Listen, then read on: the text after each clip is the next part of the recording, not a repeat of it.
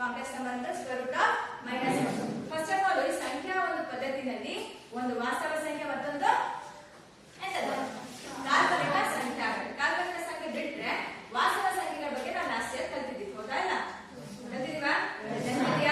ಈ ವಾಸ್ತವ ಸಂಖ್ಯೆಗಳಲ್ಲಿ ಮೊದಲನೇದಾಗಿ 2 ಭಾಗ ಮಾಡ್ತೀವಿ ನಾವು. ಯಾವ್ಯಾವುದು? ಮತ್ತೆ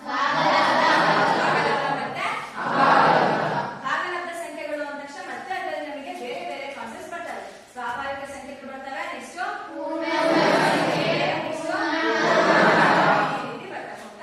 ಅಭಾಗಲಬ್ಧ ಸಂಖ್ಯೆಗಳು ಅಂದ್ರೆ ಯಾವ ರೀತಿ ಹೇಳ್ತೀವಿ ನಾವು?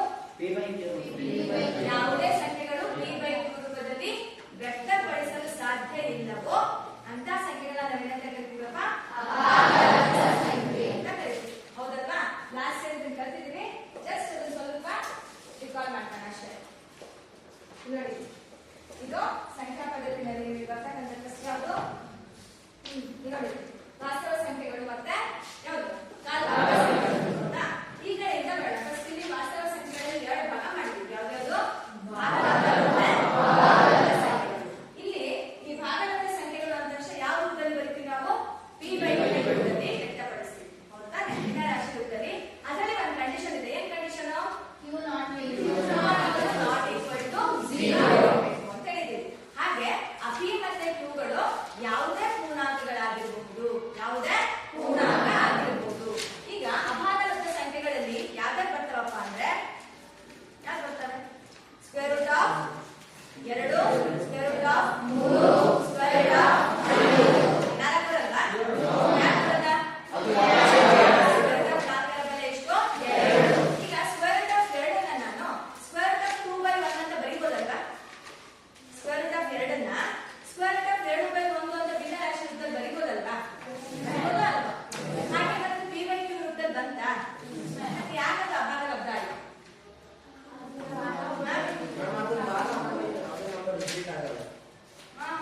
ರೂಟ್ ಸ್ಕ್ವೇರ್ ನಾನು ಏನೇ ಇದೆ ಅಲ್ಲಿ p ಮತ್ತೆ q ರೂಪದಲ್ಲಿ ವ್ಯಕ್ತಪಡಿಸ್ತೀವಿ ಅಂದ್ರೆ p ಮತ್ತೆ q ಗಳು ಎಂತ ಸಂಖ್ಯೆ ಆಗಿರ್ಬೇಕು ಅಂತ ಹೇಳಿದ್ರೆ p ಮತ್ತೆ q ಗಳು ಎಂತ ಸಂಖ್ಯೆ ಆಗಿರ್ಬೇಕು? ಯಾವುದೇ ಪೂರ್ಣಾಂಕಗಳಾಗಿರ್ಬೇಕು. ಅಲ್ಲಿ √2 ಅನ್ನೋದು ಪೂರ್ಣಾಂಕ ಸಂಖ್ಯೆನಾ? ಪೂರ್ಣಾಂಕ ಅಲ್ಲಿ ಯಾವ್ದು ಬರ್ತೀವಿ ನಾವು? ಅಲ್ಲಿ ಪೂರ್ಣಾಂಕ ಯಾವ್ದು ಬರುತ್ತೆ ಹೇಳಿ ನೋಡೋಣ. 0 ಮತ್ತೆ ಅದರಲ್ಲಿ ಋಣಾತ್ಮಕ, ಧನಾತ್ಮಕ ಮತ್ತೆ 0 ಎಲ್ಲವೂ ಕೂಡ ಸೇರ್ಕೊತಾವೆ. ಅದರಲ್ಲಿ ಸ್ಕ್ವೇರ್ ರೂಟ್ ಆಫ್ 2 ಅನ್ನೋದು ಬರಲ್ಲ. ಅಭಾಗಲಬ್ಧ ಸಂಖ್ಯೆ ಅಂದ್ರೆ ಯಾವ ಯಾವ ಸಂಖ್ಯೆಗಳು ವರ್ಗ ಸಂಖ್ಯೆ ಆಗಿರೋದಲ್ಲ ಅವುಗಳ ವರ್ಗಮೂಲವನ್ನ ನಾವೇನಂತ ಕರಿತೀವಿ? ಅಭಾಗಲಬ್ಧ ಅಂತ ಕರಿತೀವಿ. ಅರ್ಥ ಆಯ್ತಲ್ಲ? ಈಗ ಆ ಪೂರ್ಣಾಂಕಗಳಲ್ಲಿ ನೆಗೆಟಿವ್ ನಂಬರ್ಸ್ ಎಲ್ಲ ಬಿಟ್ಟಿದ್ದೀನಿ ಅಂತ ಇತ್ತು. ಉಳಿದ ಯಾವುದು? ಪಾಸಿಟಿವ್ ಜೊತೆಗೆ 0. ಅವುಗಳನ್ನ ನಾವೇನಂತ ಕರಿತೀವಿ? ಪೂರ್ಣ ಸಂಖ್ಯೆಗಳು ಅಂತ ಕರಿತೀವಿ. ಏನಂತ ಕರಿತೀವಿ? ಪೂರ್ಣ ಸಂಖ್ಯೆಗಳು. ಈಗ ಪೂರ್ಣ ಸಂಖ್ಯೆಗಳಲ್ಲಿ 0 ಬಿಟ್ಟೆ ಅಂತ ಇತ್ತು. ಇಲ್ಲಿ ಪೂರ್ಣ ಸಂಖ್ಯೆಗಳಲ್ಲಿ ಭಿನ್ನ ರಾಶಿನ ಬಿಟ್ಟರೆ ಅದೇನಾಯ್ತು? ಪೂರ್ಣಾಂಕಗಳಾಯ್ತು. ಪೂರ್ಣಾಂಕಗಳಲ್ಲಿ ನಾವೇನ್ ಮಾಡ್ತೀವಿ? ನೆಗೆಟಿವ್ ನಂಬರ್ಸ್ ನ ಬಿಟ್ಟರೆ ಉಳಿದೇನು? ಧನ ಪೂರ್ಣಾಂಕಗಳು. ಅವುಗಳನ್ನ ನಾವೇನಂತ ಕರಿತೀವಿ? ಪೂರ್ಣ ಸಂಖ್ಯೆಗಳು ಅಂತೀವಿ. ಪೂರ್ಣ ಸಂಖ್ಯೆಗಳಲ್ಲಿ 0 ನ ಬಿಟ್ಟರೆ ಉಳಿದ ಸಂಖ್ಯೆನ ಸ್ವಾಭಾವಿಕ ಸಂಖ್ಯೆ. ಅಂದ್ರೆ ಸ್ವಾಭಾವಿಕವಾಗಿ ನಾವು ಬಳಕೆ ಮಾಡ್ತಕ್ಕಂಥ ಸಂಖ್ಯೆಗಳೇ ಸ್ವಾಭಾವಿಕ ಸಂಖ್ಯೆಗಳು. ಇದರಲ್ಲಿ ನಮಗೆ ಸಮ ಸಂಖ್ಯೆ, ಬೆಸ ಸಂಖ್ಯೆ, ಅವಿಭಾಜ್ಯ ಸಂಖ್ಯೆ, ಸಂಯುಕ್ತ ಸಂಖ್ಯೆಗಳೆಲ್ಲವೂ ಕೂಡ ಇದರಲ್ಲಿ ಬರ್ತವೆ. ಸೊ ಇಷ್ಟು ಸೇರಿಸಿದ್ರೆ ಏನ್ ಬರುತ್ತೆ ನಮಗೆ? ಭಾಗಲಬ್ಧ ಮತ್ತು ಅಭಾಗಲಬ್ಧ ಒಟ್ಟಾರೆ ಏನಂತ ಕರಿತೀವಿ? ಸಂಖ್ಯೆಗಳು. ಸೊ ಇವತ್ತು ನಾವು ಇಲ್ಲಿ ವಾಸ್ತವ ಸಂಖ್ಯೆಗಳ ಒಂದು ಪಾಠವನ್ನೇ ನಾವು ಓದ್ತಾ ಇರೋದು. ಇದರ ಬಗ್ಗೆ ಇವತ್ತು ನಾವು ಅದರ ಅವಿಭಾಜ್ಯ, ಅಪವರ್ತನ, ಗುಣಲಬ್ಧವನ್ನ ಕಲಿತೀವಿ. ಅದ್ರ ಜೊತೆಗೆ ಸಂಖ್ಯೆಗಳ ಮಾಸಾಹ ಮತ್ತೆ ದಾಸಾಹ ಕಲಿತೀವಿ. ಹಾಗೆ ಕೆಲವೊಂದು ಅಭಾಗಲಬ್ಧ ಸಂಖ್ಯೆಗಳ ತಾರ್ಕಿಕವಾಗಿ ಅವುಗಳು ಅಭಾಗಲಬ್ಧ ಸಂಖ್ಯೆಗಳು ಅಂತ ಸಾಧನೆ ಮಾಡ್ತಕ್ಕಂಥ ಒಂದು ಏನು ಟಾಪಿಕ್ ಅನ್ನ ಈ ಒಂದು ಲೆಸನ್ ಅಲ್ಲಿ ಈ ವರ್ಷ ಈ ಪಾಠದಲ್ಲಿ ಕಲಿತೀವಿ. ಅರ್ಥ ಆಯ್ತಾ? ಸೊ ಫಸ್ಟ್ ಅಲ್ಲಿ ಯಾವ್ದು ಪಾಠ ಇದೆ ನಮಗೆ?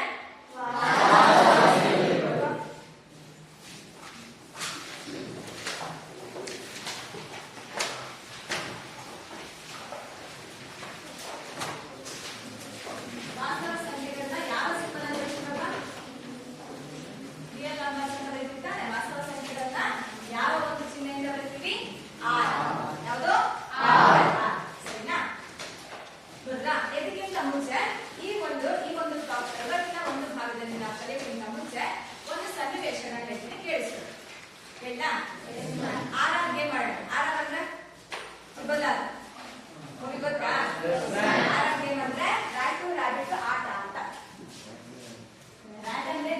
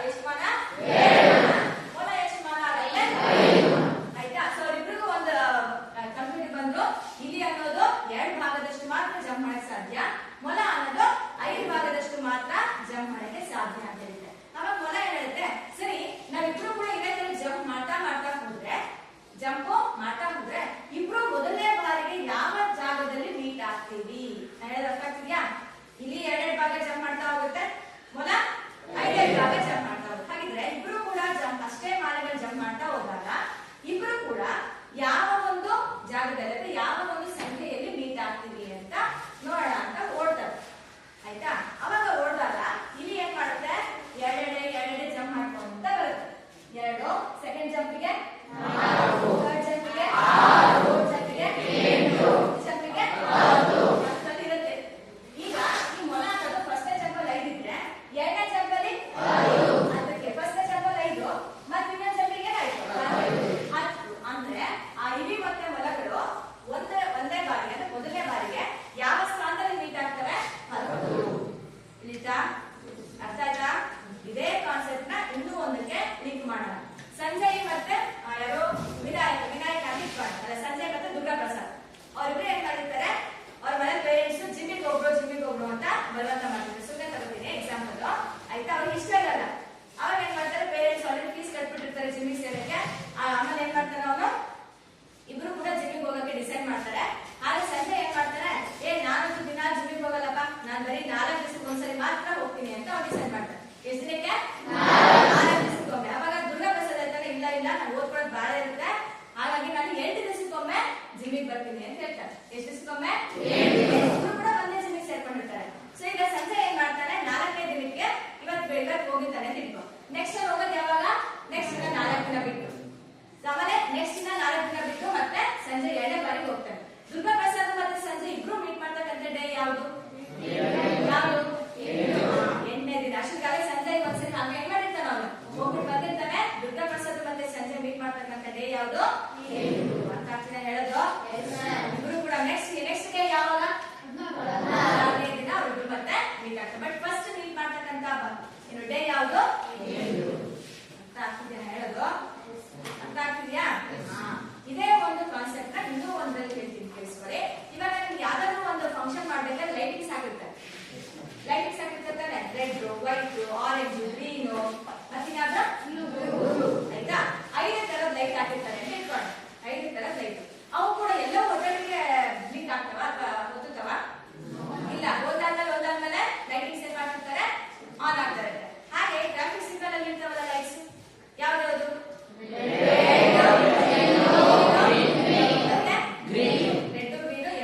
ಅವು ಇಷ್ಟು ಟೈಮಿಗೆ ಕರೆಕ್ಟ್ ಆಗಿ ಆಟೋಮೆಟಿಕಲ್ ಆನ್ ಆಗ್ತದೆ.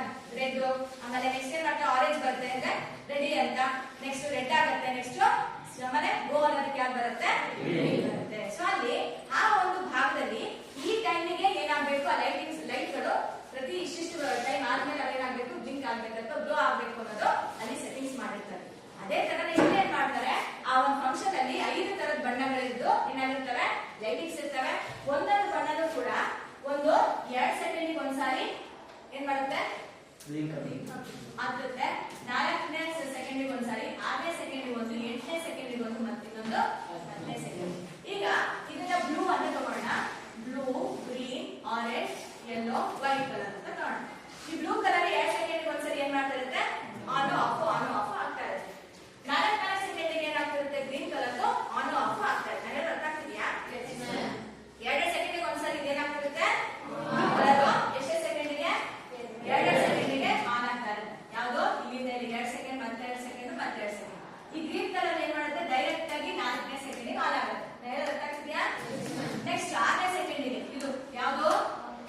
ಆರೆಂಜ್. ಸೊ ಅಷ್ಟೊತ್ತಿಗೆ ಬ್ಲೂ ಕಲರ್ ಎಷ್ಟು ಸರಿ ಬಂದಿರುತ್ತೆ? 3 ಸರಿ ಬಂದಿರುತ್ತೆ. ಹಾಗೆ ನೆಕ್ಸ್ಟ್ ಈಗ ಮತ್ತೆ ಇದು ಆರೆಂಜ್ ಕಲರ್ 6ನೇ ಭಾಗಕ್ಕೆ, ಈ ಬ್ಲೂ ಮತ್ತೆ ಆರೆಂಜ್ ಮೀಟ್ ಮಾಡತಕ್ಕಂತ ಜಾಗ ಯಾವುದು? 6ನೇ ಸೆಕೆಂಡ್. ಅರ್ಥ ಆಯ್ತಲ್ವಾ? ಇದೇ ತರ ರಿಪೀಟ್ ಆಗ್ತಾ ಹೋಗುತ್ತೆ. ಇವಾಗ ನಾನ್ ಹೇಳೋದು, ಇದಿಷ್ಟು ಲೈಟ್ಸ್ ಒಂದು ಸಮಯಕ್ಕೆ ಎಲ್ಲವೂ 5 ಲೈಟ್ ಆನ್ ಆಗ್ಬೋದಾ? 5 ಲೈಟ್ ಒಂದು ಯಾವ ಟೈಮಲ್ಲಿ ಏನಾಗ್ತವೆ? ಯಾವ್ದು? 5 ಲೈಟ್ 2 ಸೆಕೆಂಡ್ ಒಂದು, 4, 6, 8, 10 ಇಷ್ಟು ಸೆಕೆಂಡ್ ಅಲ್ಲಿ ಆನ್ ಆಫ್ ಆಗ್ತಕ್ಕಂಥ ಲೈಟ್ಗಳು ಯಾವ್ದೋ ಒಂದು ಸಮಯದಲ್ಲಿ ಏನ್ ಮಾಡ್ತವೆ? ಒಟ್ಟಿಗೆ ಆನ್ ಆಗ್ತವೆ. ಆ ಸಮಯ ಯಾವುದು ಅಂತ ಆಮೇಲೆ ಹೇಳೋಣ, ಆಮೇಲೆ ತಿಳ್ಕೊಳ್ಳೋಣ, ಆಯ್ತಾ? ಸೊ ಈಗ ನಾನು ಏನ್ ಇಷ್ಟೊತ್ತಂಕ ಹೇಳಿದ್ನಲ್ಲ, ಈಗೆಲ್ಲಾ ಕ್ಯಾಲ್ಕುಲೇಷನ್ ಯಾವ್ದಲ್ಲಪ್ಪ ಬರುತ್ತೆ ಅಂದ್ರೆ ಲಘುತ್ತಮ ಸಾಮಾನ್ಯ ಅಪವರ್ತ್ಯ, ಲೀಸ್ಟ್ ಕಾಮನ್ ಮಲ್ಟಿಪಲ್. ನಾನು ಹೇಳ್ದಲ್ಲ, ಲಘುತ್ತಮ ಸಾಮಾನ್ಯ ಅಪವರ್ತ್ಯ. ಇಷ್ಟು ಕೂಡ ಕಾನ್ಸೆಪ್ಟ್ ಯಾವ್ದಕ್ಕಪ್ಪ ಲಿಂಕ್ ಆಗಿದ್ದಾವೆ ಅಂದ್ರೆ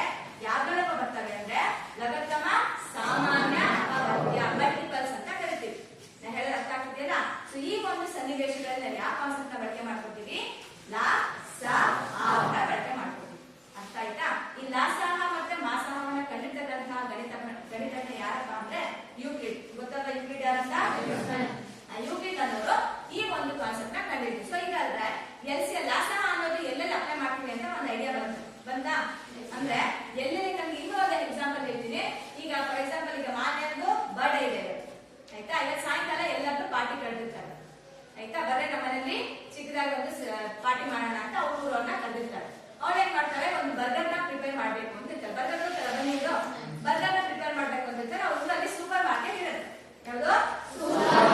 ಸೂಪರ್ ಮಾರ್ಕೆಟ್ ಹೋಗ್ತಾಳೆ, ಏನ್ ತರಕ್ಕೆ? ಬನ್ನು ಮತ್ತೆ ಸಾಸ್ ಬೇಕು. ಸಾಸಿನ ಸ್ಯಾಚೆಟ್ ಬರ್ತಾವಲ್ಲ, ಪ್ಯಾಕೆಟ್ ಬರ್ತಾವಲ್ಲ, ಅದನ್ನ ತರಕ್ ಹೋಗಿರ್ತಾಳೆ. ಆ ಒಂದು ಬನ್ನಲ್ಲಿ ಒಂದು ಬನ್ ಪ್ಯಾಕೆಟ್ ಅಲ್ಲಿ 8 ಬಂದಿರ್ತವೆ. ಹಾಗೆ ಸಾಸ್ ಪ್ಯಾಕೆಟ್ ಅಲ್ಲಿ ಒಂದೊಂದು ಸಾಸ್ ಪ್ಯಾಕೆಟ್ ಅಲ್ಲಿ ಎಷ್ಟೆಷ್ಟಿರ್ತವೆ? 6 ಇರ್ತವೆ. ಆಯ್ತಾ? ರಮ್ಮ ಹೇಳ್ತಾರೆ ಯಾವ್ದನ್ನು ಕೂಡ ವೇಸ್ಟ್ ಮಾಡ್ಬೋದು, ಕರೆಕ್ಟ್ ಆಗಿ ತಗೊಂಬ ಅಂತ ರಮ್ಮ ಹೇಳಿ ಕಳಿಸ್ಬಿಟ್ಟಿರ್ತಾರೆ. ಇವಳು ಏನ್ ಮಾಡ್ತಾರೆ, 2 ಬನ್ ಪ್ಯಾಕೆಟ್ ತಗೊಂಡ್ರೆ 16 ಆಗ್ಬಿಡುತ್ತೆ. ಅದೇ 2 ಪ್ಯಾಕೆಟ್ ಸಾಸ್ ತಗೊಂಡ್ರೆ 12 ಆಗ್ಬಿಡುತ್ತೆ. ಅಲ್ಲಿಗೆ ಏನಾಯ್ತು? ಸಾಸ್ ಅನ್ನೋದು ಸಾಸ್ ಪ್ಯಾಕೆಟ್ ಕಡಿಮೆ ಆಗುತ್ತೆ ಅಂತ ಹೇಳ್ತಾರೆ. 1 ಪ್ಯಾಕೆಟ್ ಬನ್ ತಗೊಂಡು 2 ಪ್ಯಾಕೆಟ್ ನ ಸಾಸ್ ತಗೊಂಡ್ರೆ ಬನ್ನು ಉಳಿಯುತ್ತೆ ಅಂತ ಹೇಳ್ತಾರೆ. ಅವಳಿಗೆ ಕನ್ಫ್ಯೂಸ್ ಆಗುತ್ತೆ.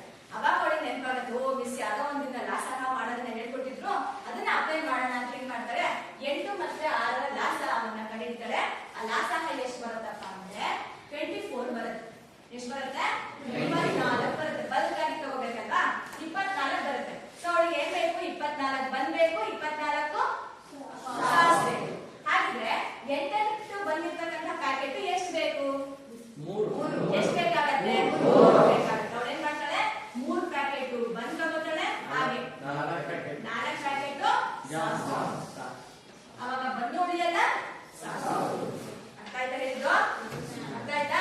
ಸೊ ಈ ಒಂದು ಕಾನ್ಸೆಪ್ಟ್ ಅಲ್ಲಿ ನಾವೇನ್ ಮಾಡ್ತೀವಿ, ಲಘುತ್ತಮ ಸಾಮಾನ್ಯ ಅಪವರ್ತನವನ್ನ ಬಳಕೆ ಮಾಡ್ತೀವಿ. ಕ್ಲಿಯರ್ ಆಯ್ತಾ? ಹಾಗಿದ್ಮೇಲೆ ನಮಗೆ ಅನಿವಾರ್ಯತೆ ಇದೆ, ನಾವು ಮಾಸಹ ಮತ್ತೆ ಲಾಸಹವನ್ನ ಕಲಿಲೇಬೇಕು ಅಂತ. ಕ್ಲಿಯರ್ ಆಯ್ತು? ಕ್ಲಿಯರ್ ಆಗ್ತಿದೆ? ಓಕೆ. ನೆಕ್ಸ್ಟ್ ಇದೇ ತರನೇ ಈಗ ಫಾರ್ ಎಕ್ಸಾಂಪಲ್ ಈ ಕಿಟಕಿಗಳಿಗೆ ಏನ್ ಮಾಡಿದ್ದಾರೆ, ಕಂಬಿಗಳನ್ನ ಹಾಕಿದ್ದಾರೆ, ಹೌದಾ? ಒಂದೊಂದು ಕಂಬಿಗೂ ಇನ್ನೊಂದು ಕಂಬಿಗೂ ಕರೆಕ್ಟ್ ಆಗಿರ್ತಕ್ಕಂಥ ಗ್ಯಾಪ್ ಇದೆ, ಹೌದಾ ಅಲ್ಲ?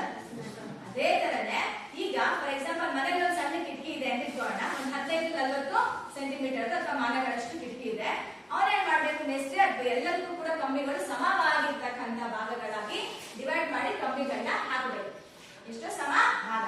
ಅವಾಗ ಅವನೇನ್ ಮಾಡ್ತಾನಪ್ಪ ಅಂದ್ರೆ 15 ಮತ್ತೆ 40 ಕಾಮನ್ ಆಗಿರ್ತಕ್ಕಂಥ ಒಂದು ಫ್ಯಾಕ್ಟರ್ ನ ಅಪವರ್ತನವನ್ನ ಹುಡುಕ್ಬಿಟ್ಟು 15 ಮತ್ತೆ 40ಕ್ಕೆ ಬರ್ತಕ್ಕಂಥ ಮಾಸಹ ಎಷ್ಟು? 5. ಹಾಗಾಗಿ ಒಂದೊಂದು ಕಂಬಿಗೂ ಇನ್ನೊಂದು ಕಂಬಿಗೆ ಇರ್ತಕ್ಕಂಥ ಒಂದು ಗ್ಯಾಪ್ ಎಷ್ಟಿರ್ಬೇಕು? 5 ಮಾನ ಇರಬೇಕು ಅಂತ 5 ಮಾನಕ್ಕೆ ಒಂದೊಂದು ಕಂಬಿಗಳನ್ನ ಏನ್ ಮಾಡ್ತಾನೆ, ಫಿಕ್ಸ್ ಮಾಡ್ತಾನೆ. ಕೂತ್ಕೊಳ್ಳಿ. ಎಷ್ಟು ಮಾನಕ್ಕೆ? 5. ಇದೇ ತರನೇ ಇನ್ನೊಂದು ಎಕ್ಸಾಂಪಲ್ ಕೊಡ್ತೀನಿ. 15 ಆಪಲ್ ಇದೆ, ಏನಿದೆ? 15 ಆಪಲ್, 40 ಬನಾನಾ ಇದೆ. ಎಷ್ಟು? 40 ಬನಾನಾ. ಆಯ್ತಾ? ಮಾನ್ಯ ಇವತ್ತು ಬರ್ಡೇ ಎಲ್ಲ ಯಾರಾದ್ರೂ ನಾಶನಕ್ಕೆ ಹೋಗಿ ಒಂದಿಷ್ಟು ಜನಕ್ಕೆ ಬನಾನಾ ಮತ್ತೆ ಫ್ರೂಟ್ಸ್ ಬನಾನಾ ಮತ್ತೆ ಆಪಲ್ ಕೊಡ್ಬೇಕು ಅಂತ ಹೋಗಿರ್ತಾಳೆ. ಅವಳ ಹತ್ರ ಇದ್ದಿದ್ದೆ ಎಷ್ಟು? ಆಯ್ತಾ? ಎಷ್ಟಿದೆ? 15 ಆಪಲ್ ಮತ್ತೆ 40 ಬನಾನಾ ಇದೆ. ಅವಳು ಎಷ್ಟು ಜನಕ್ಕೆ ಸಮನಾಗಿರ್ತಕ್ಕಂಥ ಆಪಲ್ ಸಮನಾಗಿರ್ತಕ್ಕಂಥ ಬನಾನಾ ಏನ್ ಮಾಡ್ಬೋದು? ಭಾಗ ಮಾಡ್ಬೋದು ಅಥವಾ ಕೊಡಬಹುದು ಅನ್ನೋದು ಲೆಕ್ಕ. 15 ಆಪಲ್ ಇದೆ, 40 ಬಾಳೆಹಣ್ಣಿದೆ, ಎಷ್ಟು ಜನಕ್ಕೆ ಸಮನಾಗಿ ಅವಳು ಹಂಚಬಹುದು ಅನ್ನೋದು ಲೆಕ್ಕ. ಅವಾಗ ಅವಳು ಕಾಡ್ತಾಳೆ 15 ಮತ್ತೆ 40ರ ಮಾಸಹವನ್ನ ಕಂಡುಹಿಡ್ಕೊತಾಳೆ. ಆ ಮಾಸಹ ಏನ್ ಬಂತು ಗೊತ್ತಾ?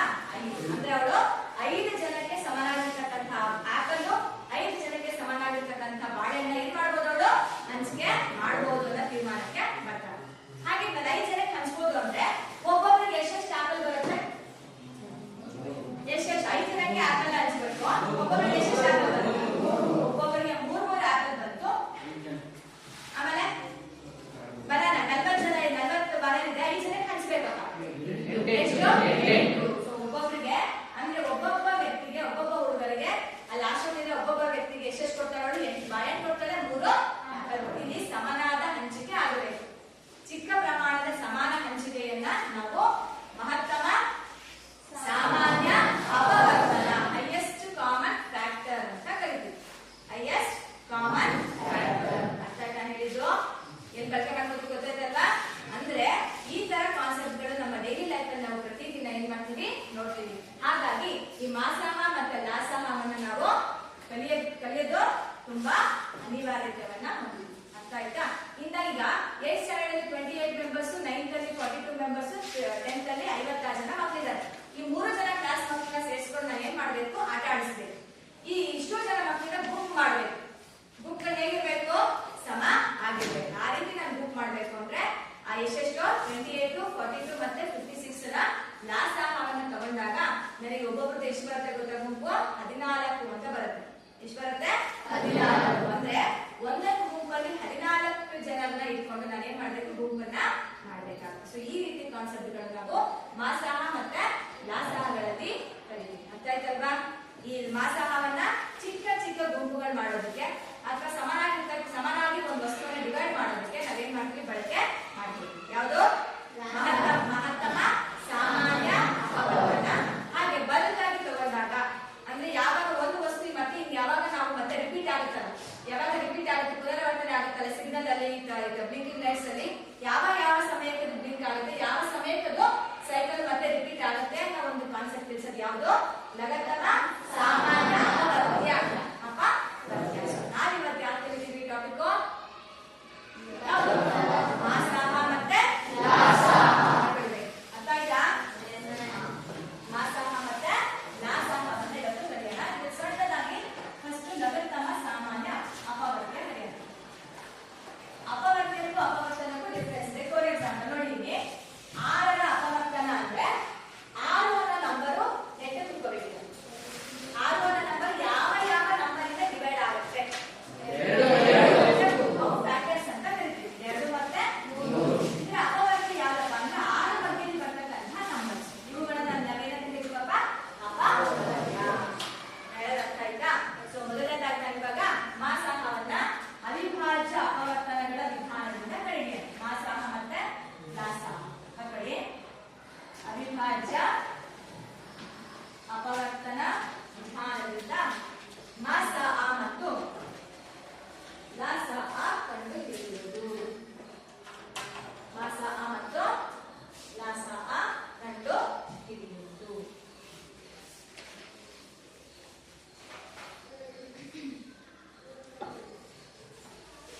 ಸಣ್ಣ ಎಕ್ಸಾಂಪಲ್ಸ್ ತಗೋಣ. ಫಸ್ಟ್ 4 ಮತ್ತು 6 ಇದೆ.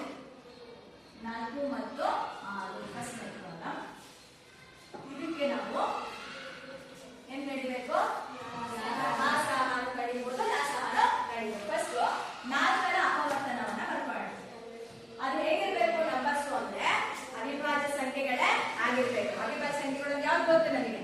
1 ಮತ್ತೆ ಅದೇ ಸಂಖ್ಯೆಯನ್ನು ಹೊರತುಪಡಿಸಿ ಬೇರೆ ಯಾವುದೇ ನಂಬರಿಂದ ಅದು ಬೇರೆ ಯಾವುದೇ ಸಂಖ್ಯೆಗಳನ್ನ ಅದು ಅಪವರ್ತನವನ್ನಾಗಿ ಹೊಂದಿರಬಾರ್ದು ಅಂತ ನಂಬರ್ಸ್ ನಾವೇನಂತ ಕರಿತೀವಪ್ಪ?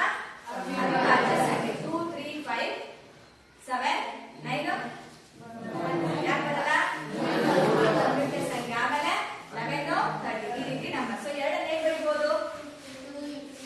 2 ಹೇಗೆ ಬರೀಬಹುದು? 2 ಇಂಟು 2. 6 ಹೇಗೆ ಬರೀಬಹುದು? 2. ಈಗ ಮಾಸಾಹ ಅಂದ್ರೆ 2ರಲ್ಲೂ ಕಾಮನ್ ಇರ್ತಕ್ಕಂಥ ಲೀಸ್ಟ್ ನಂಬರ್. 2 ಅನ್ನೋದು ಕಾಮನ್ ತಾನೆ.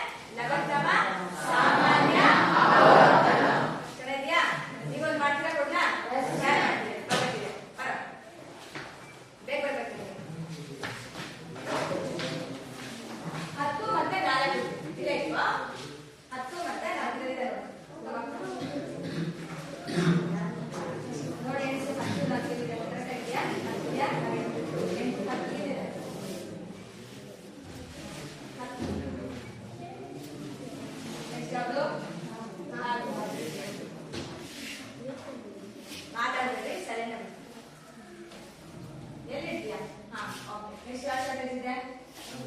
4. 4 ಬಿಂದು ಇದಾವೆ, 2 ಕೂಡ ಸೇರಿಸಬಹುದಲ್ಲ? ಮತ್ತಿನ ಹಾಕಬೇಕು.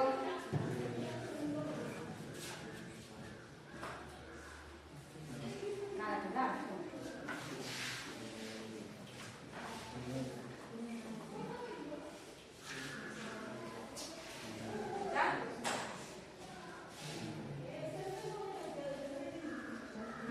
ಈಗ ಟೋಟಲ್ ಎಷ್ಟಾಯ್ತು ಮುಗಿಯಲ್ಲಿ? ಎಷ್ಟಾಯ್ತು ನೋಡು ಬಾಕ್ಸ್ಗಳು? 10 2 ಎಷ್ಟಾಯ್ತು? 25. 4 ಎಷ್ಟಾಯ್ತು ಅಲ್ಲಿಗೆ? 5. ಹಾಗಿದ್ಮೇಲೆ 10 ಮತ್ತೆ 4ರ ಲಘುತ್ತಮ ಸಾಮಾನ್ಯ ಅಪವರ್ಗ ಎಷ್ಟು? 26. ಮಾಡ್ತೀರಾ ನೀವೆಲ್ಲರೂ? ಬಾ ಬೇಗ ಬರ್ಬೇಕು.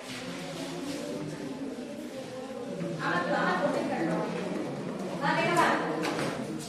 ಪ್ಲಸ್ ಕೊಟ್ಟಿದ್ದಾರ ಬಾರ. ಆಮೇಲೆ ಕೊಟ್ಟಿದ್ದೀನಿ 5 ಮತ್ತೆ 3.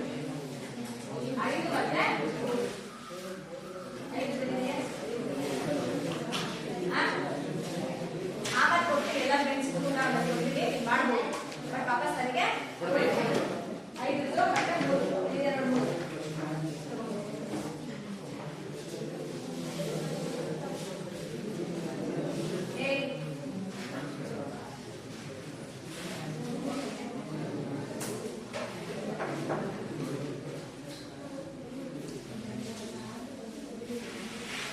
ಆಯ್ತೇನಾ?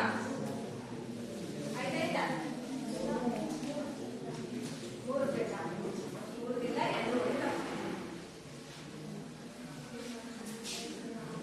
ಮತ್ತೆಷ್ಟು?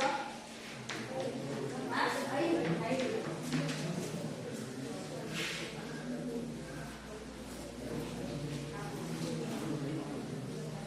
ಮತ್ತೆಷ್ಟು ಬೇಕು? ಬೇಕೇನೋ? ಆಯ್ತಾ? ಈಗ ಅಲ್ಲಿಂದ ಬಾಕ್ಸ್ ಎಷ್ಟಿದೆ? 3 ಎಷ್ಟಿದಾವೆ? 5. ಹಾಗಿದ್ರೆ ಎಷ್ಟಾಯ್ತು?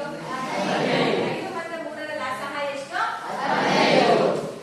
ಅರ್ಥ ಆಯ್ತಲ್ವಾ? ಅರ್ಥ ಆಯ್ತಾ? ಇದನ್ನ ನೀವು ಕೂಡ ಪೇಪರ್ 6 ತಗೊಂಡು ನೀವು ಏನ್ ಮಾಡ್ಬೋದು? ಮಾಡೋದು. ಇದೇ ತರನೇ ಮಾಸಹ ಮಾಡಬೇಕು ಅಂತ ಇಟ್ಕೊಳ್ಳಿ. ಏನ್ ಮಾಡ್ಬೋದು? ಮಾಸಹ. ಫಾರ್ ಎಕ್ಸಾಂಪಲ್ 5 ಮತ್ತೆ 3 ಮಾಸಹ ಅಂತ ಇಟ್ಕೊಳ್ಳಿ. ಬರೋ 2 ದಿಕ್ಕ ಬರೋ ಹಿಂಗೆ ಇಟ್ಕೋ ತೋರಿಸ್ತೀನಿ ನೋಡಿ. 5 ಮತ್ತೆ ಎಷ್ಟಿದೆ? 3. ಮಾಸಹ ಅಂತ 5 ಇದೆ. 5 ಇಲ್ಲಿದ್ದೀನಿ 3. ಇದನ್ನ ಕಳಿಬೇಕು ನಾನು. ಆಮೇಲೆ ನೀವು ಜೋಡಿಸ್ತಾ ಹೋಗ್ರಿ ಅಲ್ವಾ? ಇದನ್ನ ಏನ ಮಾಡ್ತೀವಿ? ಕಡಿಮೆ ಇರ್ಬೇಕಂತ ಹೈಯೆಸ್ಟ್ ಕಾಮನ್ ಕಳಿತಾ ಹೋಗ್ತೀವಿ. 5ರಲ್ಲಿ 3 ಕಳೆದ್ರೆ ಎಷ್ಟಪ್ಪ? 2. ಸೊ ಏನ್ ಮಾಡಿದೆ? 2 ಮೇಲೆ ಇದೆ. ನೆಕ್ಸ್ಟ್ ಇದು next second number third number ಎಷ್ಟಿದೆ? 3 ಮತ್ತೆ 2. 3ರಲ್ಲಿ 2 ಎಷ್ಟು? 1. ಸೊ ಏನ್ ತಗೋತೀನಿ ನನಗೆ? 1. ನೆಕ್ಸ್ಟ್ ಈಗ ಯಾವ ನಂಬರ್ ಇದೆ? 2. 2ರಲ್ಲಿ 1 ಮತ್ತೆ 1.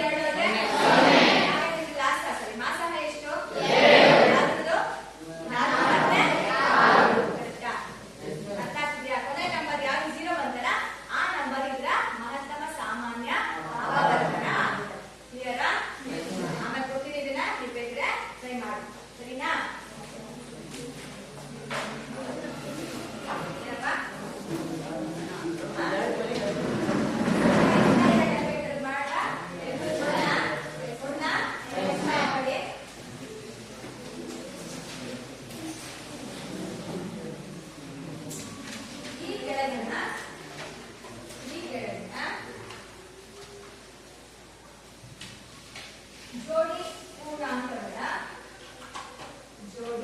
ಪೂರ್ಣಾಂಕಗಳ ಮಾಸ ಆ ಮತ್ತು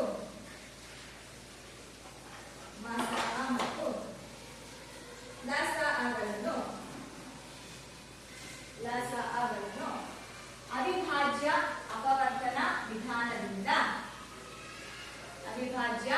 ಅಪವರ್ತನ ವಿಧಾನದಿಂದ ಕಂಡು ಹಿಡಿಯಿರಿ.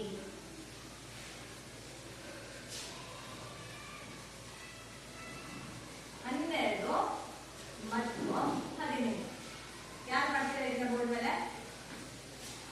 12 ಮತ್ತೆ 15 ಬೇಗ ಯಾರು ಮಾಡ್ತೀರಾ ಸರ್? ಬಾ ಗುಡ್, ಈಗ ಮಾಡಿ ನೋಡ್ಕೊಳ್ಳಿ ಬೇಗ. ಡೌಟ್ ಇದೆಯಾ ಏನಾದ್ರು? 12 ಬದಲಿಸು ಈಗ 12 ಮುಂದಕ್ಕೆ ಯಾವ್ಯಾವ ಬಸ್ಸೆರಡು 6 ಬೇಕಾ? 6 ಸಂಖ್ಯೆ 6 ಮತ್ತೆ ಬರೀಬಹುದು.